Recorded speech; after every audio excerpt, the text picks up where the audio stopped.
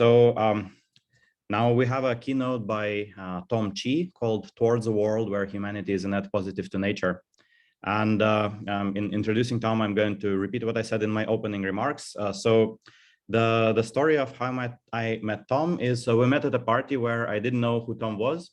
And I just started talking to him randomly and ended up basically glued to that conversation for several hours, captivated by the insights he had about climate solutions. This was probably like the most insightful conversation about climate I've ever had to this day. And later I learned that Tom just happens to be one of the founders of Google X. And now he has turned to climate and he started at One Ventures. So today I'm very excited to see Tom share his knowledge with you all, and he will talk about how the advances in AI and robotics can enable humanity to not just limit our damage to nature, but to build a new regenerative relationship with it. With that, I am handing over to you, Tom. Yes, thank you so much for that introduction. It was actually a really good party because the other thing that happened at that party is like when the food first came, I was like waiting so I could get the food first. And there's this other gal there that was waiting.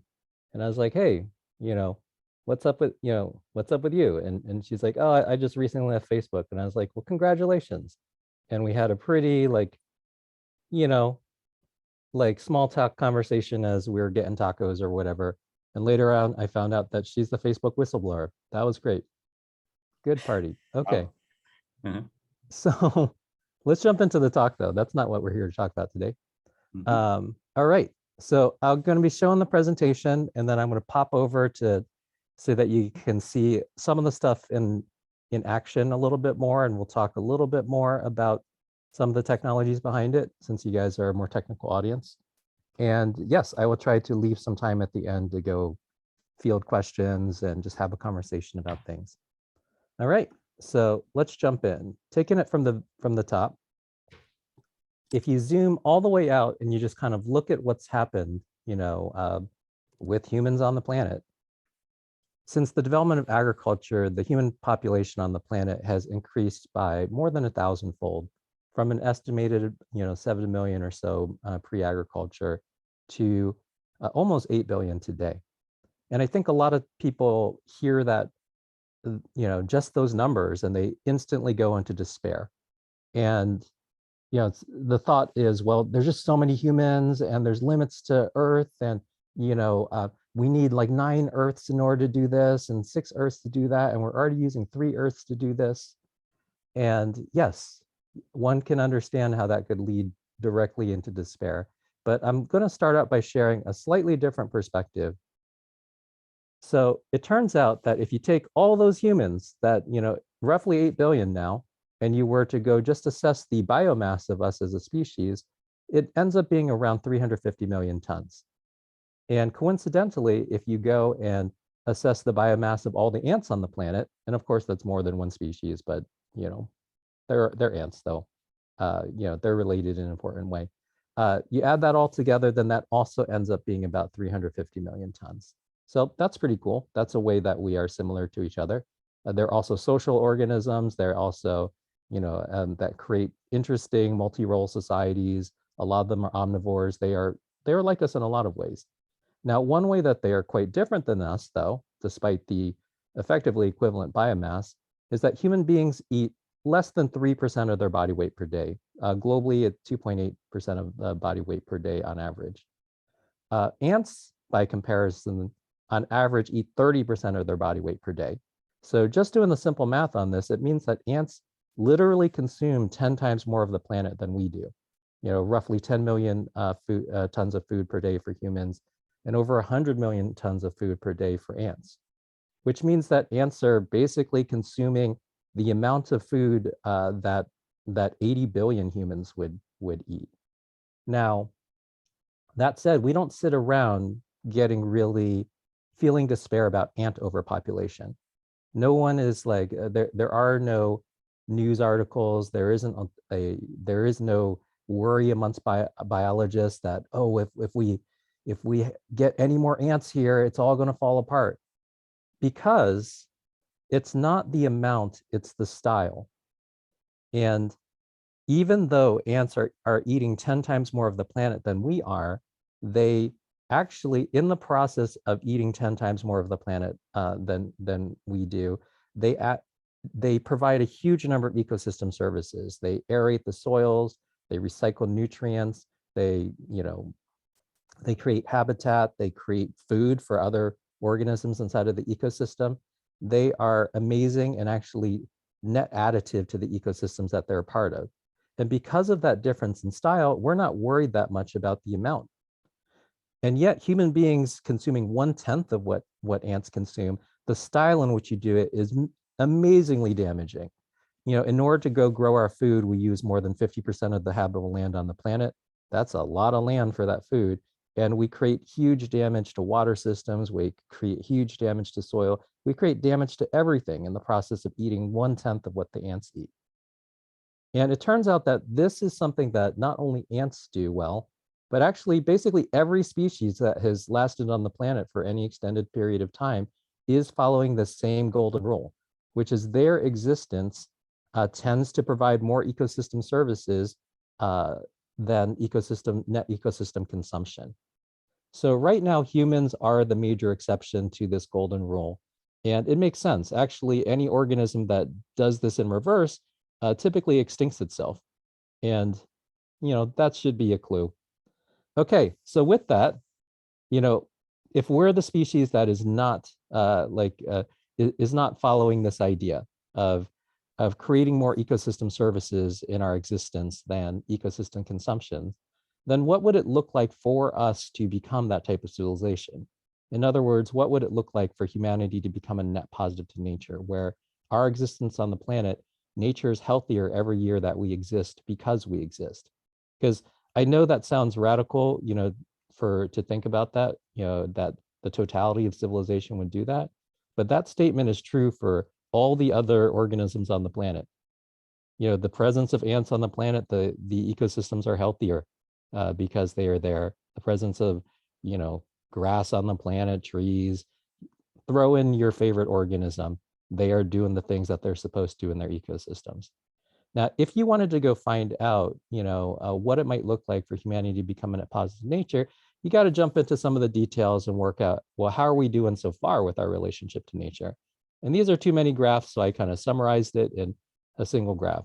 Of course, the impact that we're having on the atmosphere and through disruption of the atmosphere, the total biosphere on the planet, is not the only way we're destroying things, but it is a very large and important one. So this graph kind of focuses it on that. So scooting into not too long ago, so before the Industrial Revolution, back in 1750, concentration in the atmosphere was at 280 parts per million.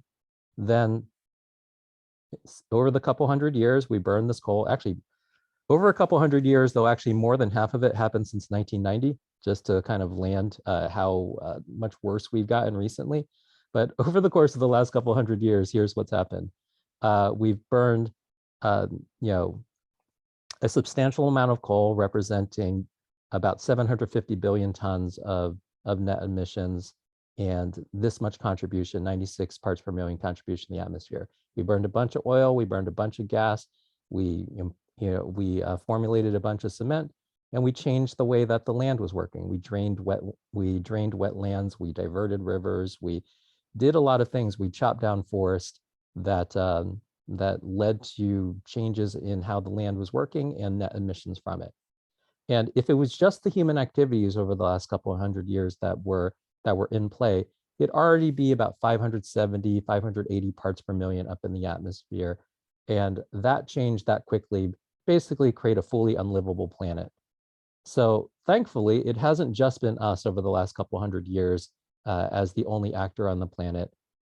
Nature has already come to our help and done a lot for us. So the oceans absorbed almost 600 billion tons of CO2. The lands have absorbed more than that in the form of biomass, soil carbon, a bunch of different things, histosol carbon. And what's left, and this is actually the 2018 concentration, this is closer to 419 now. It's moved up, a little bit of a chunk. The rest of the stuff that has not been taken care of by nature is still up in the atmosphere, representing more than 1 trillion tons of carbon dioxide that's up there. So yeah, if nature did not already come in and save our butt, we'd be living on a, well, I guess we wouldn't be living. We would have made the planet uninhabitable for most of life. And luckily, nature did come to our aid, and it is dealt with more than half the problem, actually. But the stuff that is up there still is going to be extremely destabilizing, and the next couple decades to centuries are going to be extremely tough if we allow this concentration to remain up there. So in summary, we burned, trillions of tons of carbon dioxide up into the atmosphere, more than half of it since 1990, by the way, and we're going to go add another trillion over the, within the next 20 years. So we're not doing so great on that front. You know, over half a trillion got absorbed by the ocean, which was very helpful for us, but not a perfectly great story because it increased the acidity, the entire ocean by 30%. And it is starting to impact ecosystems pretty substantially. The stuff that went into land is actually not so bad. It basically became, biomass and soil, and the detritus stuff refers to the stuff that goes into histosols. And the trillion that's remaining up in the atmosphere, yeah, it's driving massive destabilization. And I call it climate destabilization instead of climate change because it's a more accurate term. Like basically, some spots will get warmer, some spots will get cooler, though fewer of them. Some will get wetter, some will get drier. But all the spots on the planet are becoming destabilized right now, which is very unhealthy for us and every other living thing. Beyond, what's happening in the atmosphere, we are seeing these effects directly hurting things, around us in the planet. So we're on a trajectory to wipe out all of coral reefs on the planet in about 35 years. There will be some deep water corals that will probably survive this, we shall see, but they're quite different than the shallow water corals. But we're on a trajectory to kind of wipe all this out within 35 years. And when that gets wiped out, then 25% of all marine species will instantly be extincted by the loss of the coral reefs. And another 15% have either their reproductive chain or their food chain pass through the reefs, even if they don't live there. So it's going to be somewhere between 25 to 40% of all species in the ocean are going to go disappear with this loss. So with that, we have a little bit of assessment of how we're doing so far in terms of humanity's relationship to nature. And looks like the damage is large and the time is really short. So how is it even possible to go talk about becoming net positive? Well, as mentioned in the intro, so in order to go answer that question, I'm going to introduce you to this concept called an invention catalyst. And as mentioned in the intro, I worked at Google X. I was one of the founding team members of Google X. So one of the first 6 people. I grew the team to over 300 people and worked on things like the self-driving car, Google Glass, Project Loon. I guess I forgot to mention, I'm formally trained in physics and electrical engineering with a specialization in robotics and signal processing. And then I ended up doing, so did lots of robotics all through that, but I worked at Microsoft and I was an executive at Yahoo and Google. And at Yahoo, I worked on Yahoo Search and did lots of things in big data and AI related to parsing, tens of billions of pages in order to go make a search engine. And then also worked on a lot of AI and ML techniques related to robotics as well. Anyway, we'll just put that behind us now. That's great. So let's get to the main point of this slide, which is introducing the idea of an invention catalyst. So think everybody in the audience knows what an invention is. You go and change a thing, you make it better, based on some criteria, and ta-da, you've invented something. Great. And most inventions are that. It's a slight improvement on the thing that existed before, and maybe it gets adopted and consumers like it or not. But there's a subset of inventions that I call invention catalysts, where their presence on the scene not only improves the object itself, thing that you were trying to invent and make better itself, but has massive system level cascading effects that can rewrite how entire large chunks of our system, as a civilization work. And an example of this that I got to work on is the self-driving car.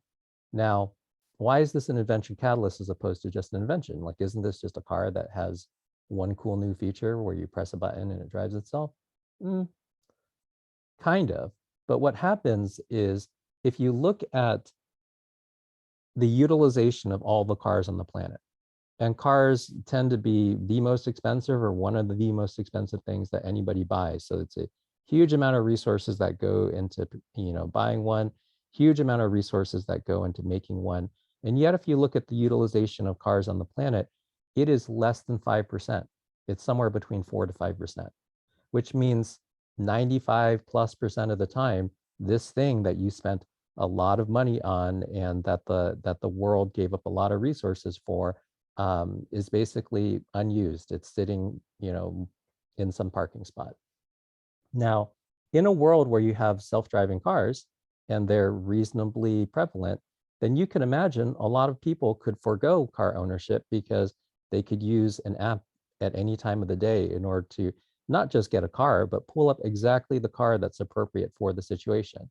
So, oh, you want to do some home repairs? Well, a pickup truck shows up in front. Oh, you want to go groceries? A small little car pops up. Oh, you want to go on a hot date? Well, some impressive car will come up. Well, perfect then. So not only could people get the same level of transportation utilization in this future, they could get a better level of transportation utilization as they move away from the direct ownership of a rusting piece of metal. And in that process, because way more people are using these shared vehicles, you're able to move the utilization of those vehicles up quite substantially. And it models out pretty easily that you could go and move the average utilization of cars from 4% to 40% and still have plenty of time for maintenance, charging, any other thing that you want to go do with this kind of on-demand fleet. Now, what happens in a world where we're able to move up that utilization? Well, you just don't need as many cars, right? Now, is it directly 10 times fewer cars? Probably not, because obviously sometimes people will want to use cars at the same time, but it is easily 70% reduction in cars, could be more. Now, given this, then imagine the cities of the world with 70% fewer cars. Like even back in 2009, 2010, as we were starting this work at Google, we used to joke that if this succeeds, we get to go around the world to all the cities and all the signs that say parking lots, we just erase the trailing letters so it just says the word park. And that was just kind of a metaphor for we could reclaim the 1/4 of cities that are basically dedicated to parking, which is extremely expensive real estate, doing almost nothing. Holding assets that are fully unutilized. And you could go replace them with things like park, public spaces, things that could benefit the community a lot more than just having a chunk of metal sitting around. And ergo, the catalytic effect of such an invention. Now, with this in mind, you now know what an invention catalyst is. What would it look like to go bring this idea of an invention catalyst to the question we've been talking about so far of helping humanity become a net positive to nature? Well, we're going to jump into here and talk about a couple invention catalysts like that. And as Eugene mentioned in the intro, I now run a venture firm, though I started a lot of this investing well ahead of creating the firm. And the purpose of the firm is to help humanity become a net positive to nature. And you will hear all these different invention catalysts from this work. All right, so an example of an invention catalyst. So this is an early prototype of a drone. I'll show you a slightly updated one in a second that is able to go plant 120 trees per minute. And it's not only able to plant trees, it can go plant, grass seeds, it can plant shrubs, it can plant a huge, variety of species back into the ecosystem. And what would it mean to be able to go plant, 120 trees per minute from a single drone and be able to kind of run that for a day and be able to plant a bunch of those trees? Well, first, let me just run you through this real quick. So when you see a tree, and honestly, if you see any biomass or any plant, then those organisms are a huge percent carbon by mass. So trees are about 48% carbon by mass, and a typical tree weighs between 2 to 20 tons. So something like a giant redwood, which I'm not too far away from where I'm sitting, is more like 1,000 to 2,000 tons. So big trees are real big. but a typical tree is 2 to 20 tons. Now, if a tree weighs 2 to 20 tons and it's about 50% carbon by mass, it actually represents 1 to 10 tons of carbon as well. Where'd that carbon come from? Oh, it basically all came from the air. And actually, the great majority of the mass of a tree comes from the air, more than 95%. If the mass of a tree came from the soil underneath it, then you would see a tree-size hole under every tree. But that's not the case. Not only is there not a hole under every tree, it mounds up a little bit because actually a tree is a bunch of crystallized atmosphere. Now, if each one of these trees represents 1 to 10 tons of carbon, if we could go plant a good number of them, let's say 1 trillion of the lightest type of trees, then yeah, that would actually cover the entire debt in the atmosphere. Or if we could plant 100 billion of the heavier kind of trees, though in practice, I'm just giving you a parameter range, like it'll be some number in between.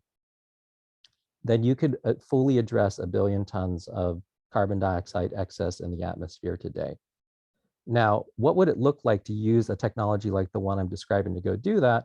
Well, if you want to do 20 billion trees per year for 50 years, using the technology in the way that we already know how to do it, it would take only about 9,000 drones and 450 staff, averaging 200 working days per year, and about $80 million in ops costs in terms of the direct ops costs related to paying the people and running the drones.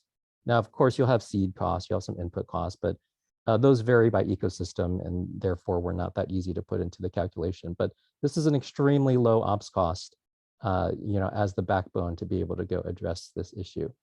Now, with that, I actually wanted to, you guys get to be in the special spot of just seeing how some of this stuff works, because I got videos for you. Okay, so this is what it looks like for a drone to plant 120 trees a minute. And I don't think you can hear the sound in the video. If you could hear it, then there's like a little ticking sound. If you can't hear it, then the ticking was basically like tick, tick, tick, tick. And every one of those ticks is basically a mangrove being replanted. So this is what it looks like, a tidal mudflat at low tide. This is that same landscape a couple months later. This is that same landscape 14 months later. And yes, that was like all this planting was done by one drone. Now imagine you were to go out there with a little swarm of drones. You could get this stuff done in an even smaller fraction of the time. And you could go do this stuff, yes, you could do this at massive, massive scales. So what we are basically seeing right now is our team has been using this tech, has been rolling up the scale ladder. So you start real small, like 1 hectare. Then we've done jobs that are 10 hectares. Then we did jobs that are hundreds of hectares. Now we've done many jobs that are thousands of hectares. At this point, we've done a couple jobs that are more than 10,000 hectares, and we're bidding on jobs that are 100,000 hectares now. And when in human history have we been able to go say to ourselves, we would like to restore 100,000 hectares of ecosystem? Like, that is not a statement that we get to say very often, especially at these cost levels. Now, is it just for mangroves? Of course not. We've actually planted on 4 different continents in 20 different, in 20 massively different ecologies. And let me show you another image over here. Whoops, we'll just ignore that confidential part. Like the CEO said it was fine to show this slide, so it's okay. So this is basically land that was destroyed by strip mining in Australia. This is kind of like a dry brush land, lightly forested traditionally. But after you strip mine it and then you put back the dirt that you were extracting the ore from, which is, that's called the overburden. The overburden gets basically put back on. Well, in mining, they call it the overburden. For every other human being, we would call it the ecosystem that was there. And the ecosystem doesn't look so good after you tear it up and then you put it back, if you will. Now, mining companies are actually on the hook to not only restore the lands that they mined on top of, but to do that times a multiple, because they know that once you restore, this is not quite the same as before. So it's typically, if you mined 100,000 hectares, well, you'll typically need to go restore 100,000 times a multiple. And that multiple is typically between 2 to 5. So those folks are on the hook to go restore, 200,000 hectares, 300,000 hectares. Anyway, this is actually a picture of this restoration of the mine site up close. So this is land, the mine was done, they put the overburden back. The team went out there and planted for less than 3 days, within a month of this picture being taken. And then 18 months after that, then this is the same landscape. And you will go see that there is a huge amount of biodiversity here. So I think when people hear like drones that plant things, they immediately think we're going to do all the worst stuff that agriculture did. We're going to use monocultures. No, why would you do that? If you want to go have healthy, robust, ecosystem development and carbon storage, the healthiest possible ecosystem is the way to get there. So we work with local ecologists, we work with biologists, botanists, in order to really understand what are the species that are supposed to be back in this ecosystem, in what sequence, at what times, and we will go pop in there and then plant them using the drones. And actually, because the drones are sophisticated, they can, different drones can be carrying different seed packs, and different drones can go and decide exactly where in the landscape to go plant a specific organism. And their planting accuracy is typically within 4 centimeters. So we can go plan out the restoration of a space at a level that has never really been imagined before. And of course, we use a lot of classic ML and AI techniques. Shoot, man, there's so many things to go show about this. So this is the restoration of a place called Lord Howe Island. And this is us basically using our algorithms in order to go identify all these invasives. Then we do an analysis of exactly every species that is in that ecosystem. And you can see this one is 3/4 invasive.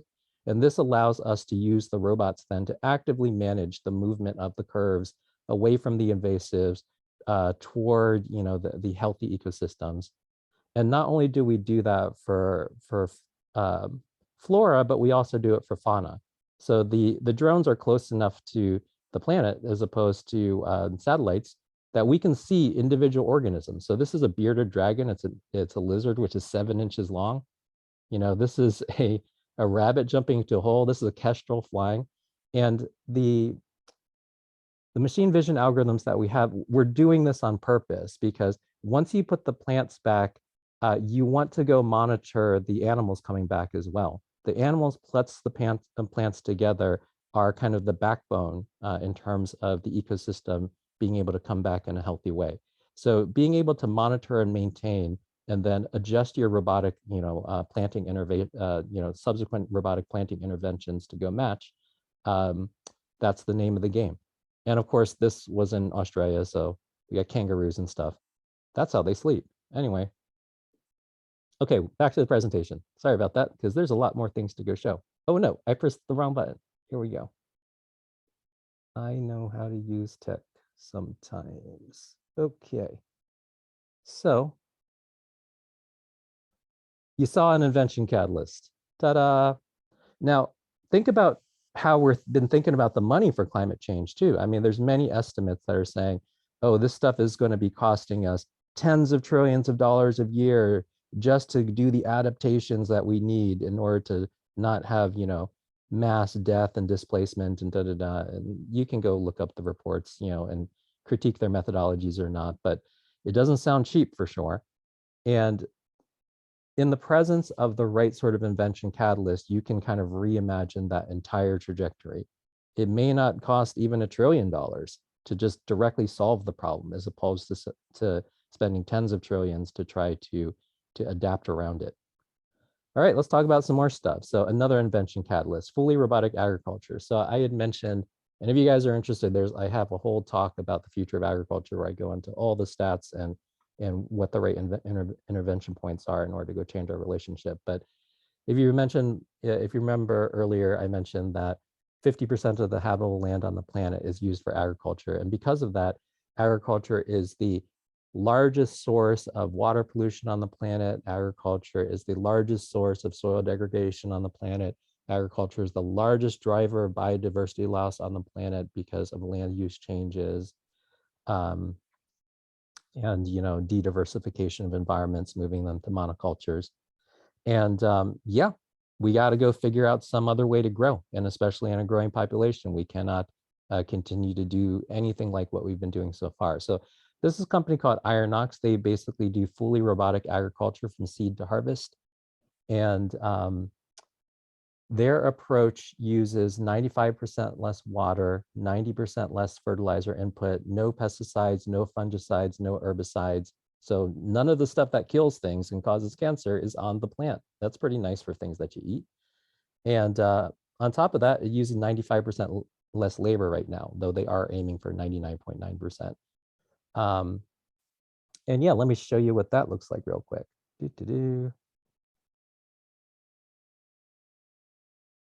Where did you go, Dick? Ironox over here. Oh no, I put them in this other window. Oh no, I put them in the Apple TV thing. There's too many things that do things.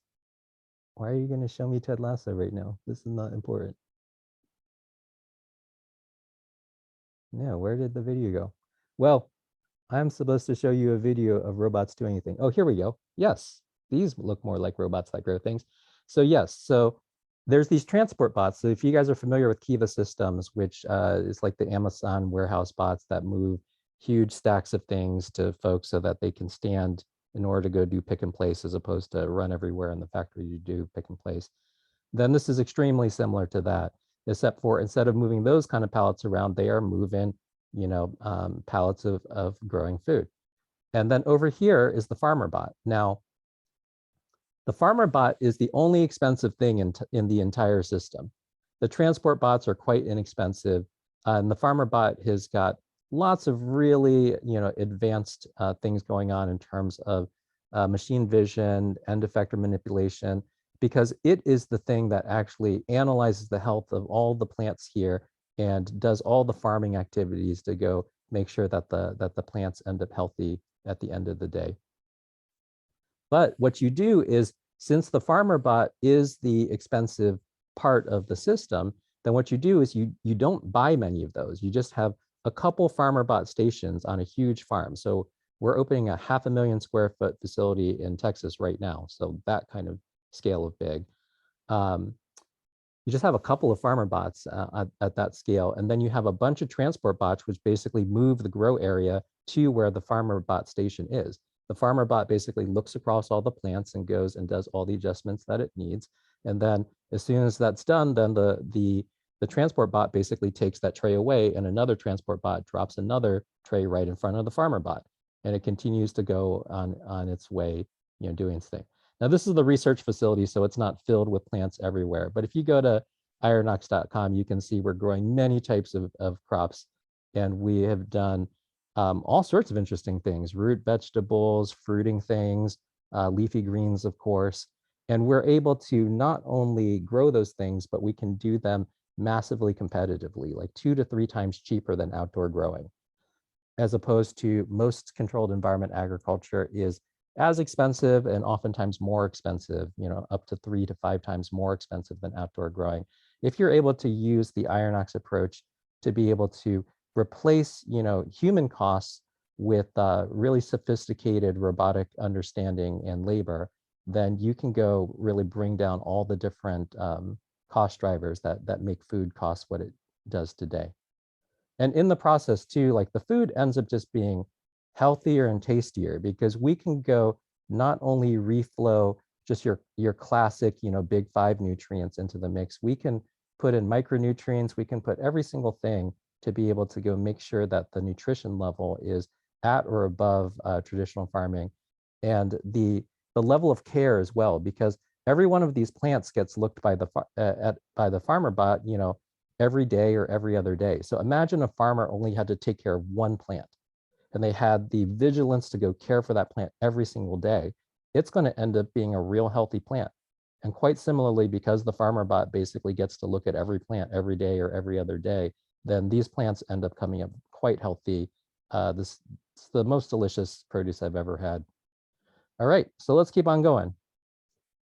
So, and more spots for AI and ML, it's great. So, and actually there's a whole talk about this later, so maybe I won't spend that much time on this, but another one of our companies is basically creating lots of formulations for low carbon cement that can massively expand the supply side of low carbon cement so that we got lots of different places that we can take our waste streams and make them into really useful building materials at a decarbonization level that is, they've already achieved 95% decarbonization on several different waste streams. And for some of the waste streams, they're eyeing 100%, and in some special cases, though that's a longer conversation, they could even go net negative in terms of total carbon emissions from the cement process. And of course, the ML/AI aspect of it. Oh, actually, one other thing that to note before we get into that is it's not unprecedented for people to go figure out how to go use a waste stream, fly ash, ground granulated base slag, all these sorts of things in order to go and make cement. That's been done many times in history. It's just that whenever you do that, it tends to be a 3-year university project with extremely slow iterations before you get to something that could be certified as a construction material, and then that does its whole thing. But this, in their system, they are able to go take a new waste stream and through, mass parallelization of testing and various machine learned algorithms, they're able to go land on the formulation that will meet all of the building standards, typically within 2 to 3 weeks, and then fully test that within another 5 to 6 weeks. So this will allow us to certify many, many waste streams around the planet in order to go deal with our, I don't want to say it's a concrete addiction, but we definitely don't have a healthy relationship. Okay, there's a bunch of other things to say. I did want to have some time for Q&A, just to kind of show this one really quickly, because this is one that I'm getting to work on directly as an engineer. Like we're also building a robot to restore coral reefs in exactly the same way that Dendra is restoring terrestrial ecosystems. You don't need to see the team, though that's the team, but that's out there testing near shore. Then this is us testing a little bit in further in deeper waters, and then this is us testing out in the world. And as of 6 weeks ago, we put the first live coral back into a living reef using Robot. So it's a fun milestone about a month and a half ago. All right, that's it. Thanks so much. Oh, thank you so much, Tom. This is just as fascinating to watch now as it was back at the party. So we have a few questions in the chat. Kenji Matsuoka is asking basically, why can't the trees do this themselves? Like why do we need to replant them? Why doesn't the ecosystem restore itself quite as rapidly? Oh, the trees would do it themselves. And in fact, there used to be 3 trillion more trees on the planet than there are now. So even the assertion of putting 1 trillion of them back is maybe too under ambitious, actually. But like, yeah, if you look at the historical maps of where all the trees used to be, we did a real good job of destroying everything. And I will just show you that real quick. What's up with the bees too? Yes, we do work on the bees too. Okay. So a map like this, oh yeah, these are all the drivers of deforestation, but this is the US. Like we were forested in this way before, and this is how much old growth that we have left. There are some forests that came back, but if you look at the satellite maps, you will see a marked difference. And Europe is even more insane than that, and whatever. And this is not the first time that humans have done this. Like if you look at, the way back in the day, Tigris Euphrates, like cradle of civilization, and you look at a lot of the written records of those times, like that part of the Middle East didn't used to be a desert. Like we basically made these things into types of ecosystems that they were not meant to be. And as long as we continue to be that force that is driving that sort of transition, then it's just creating more oomph than nature being able to go do itself, which is why building some, invention catalysts that have more oomph, or it's a useful thing at this moment. Mm-hmm. Yeah, so basically it will still happen, just much slower, right? And especially I remember if we died out tomorrow, then yeah, 3 trillion trees would come back probably over the course of, a couple thousand years. Yeah. Yeah, so basically, yeah, it would happen, but not on a time scale that's relevant for helping us survive. Well, I mean, we're going to wipe out the majority of biodiversity on the Earth within a couple hundred years. So like we're missing the window by more than a factor of 10. Yeah. Yeah, there is one more question. The question says, love the robot farmers, but isn't the vast percentage of global ag land devoted to row crops that take up way too much space to be indoors?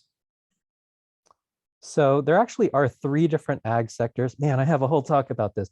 So there actually are 3 different ag sectors. So there is specialty crops, which is actually most of the crops that we eat, and they take up way less land than you would think.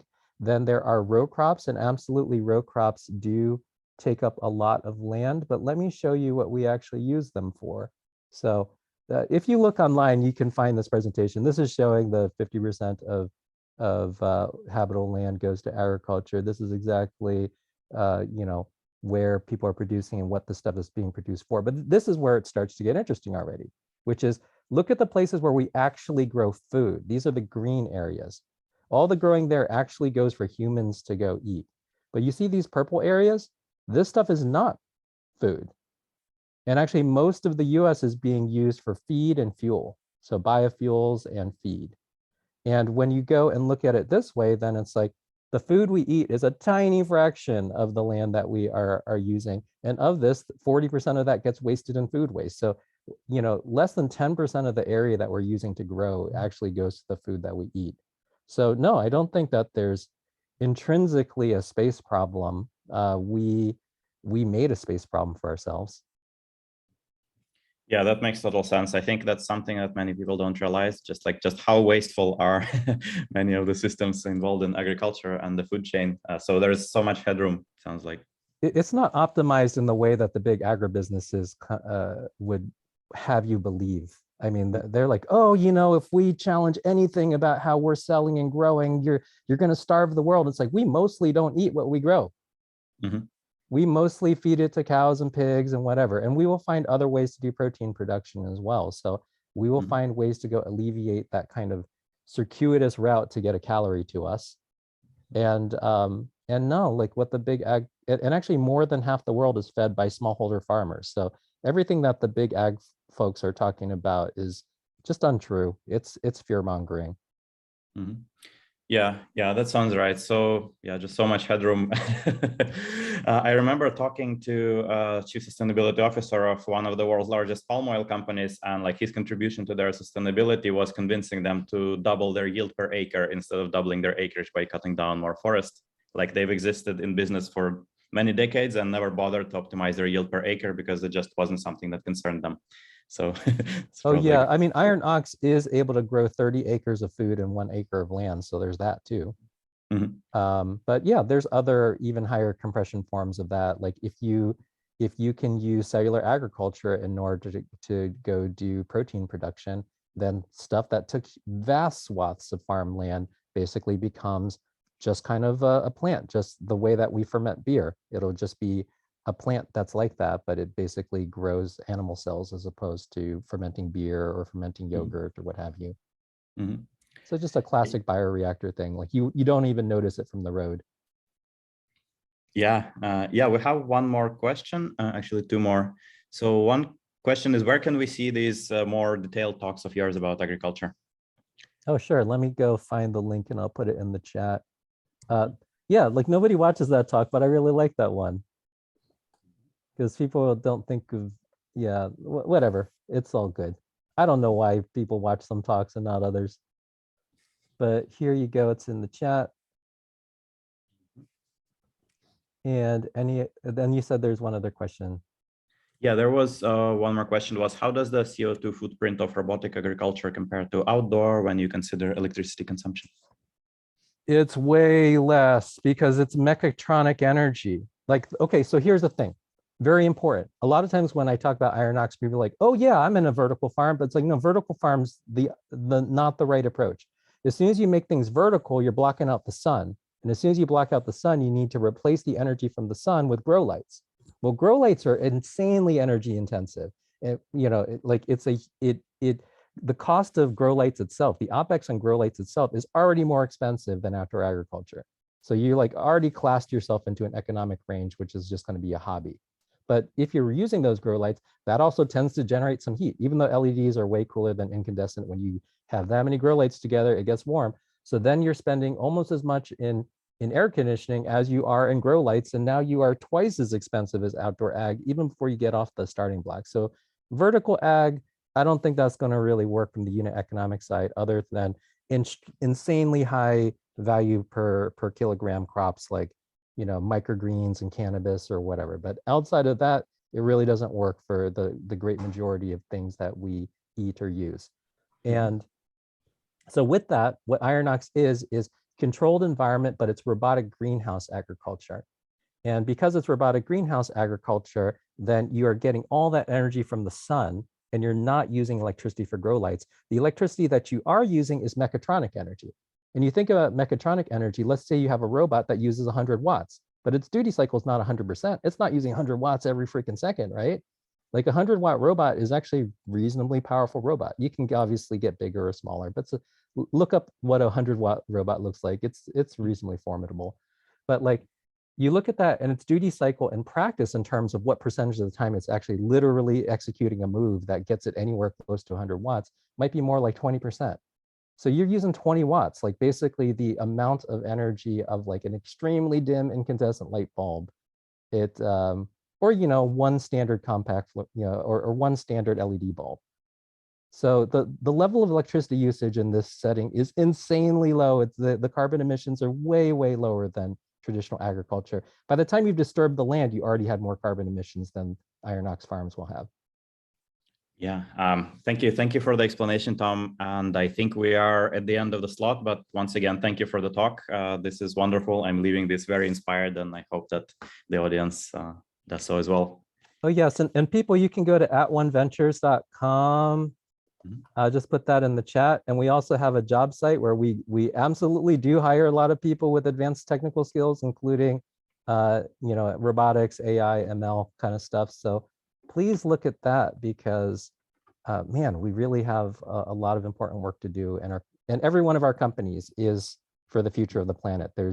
It's not like a hobby within the firm, it is the whole thing. And yes, feel free to reach out if you are interested in following up in any part of the work. We are also raising a fund, so if you know people who fund funds, then feel free to connect us too. Okay, I said all the things I'm supposed to say. Thanks. Yeah, thank you. All right, see you, everybody. Okay, bye-bye.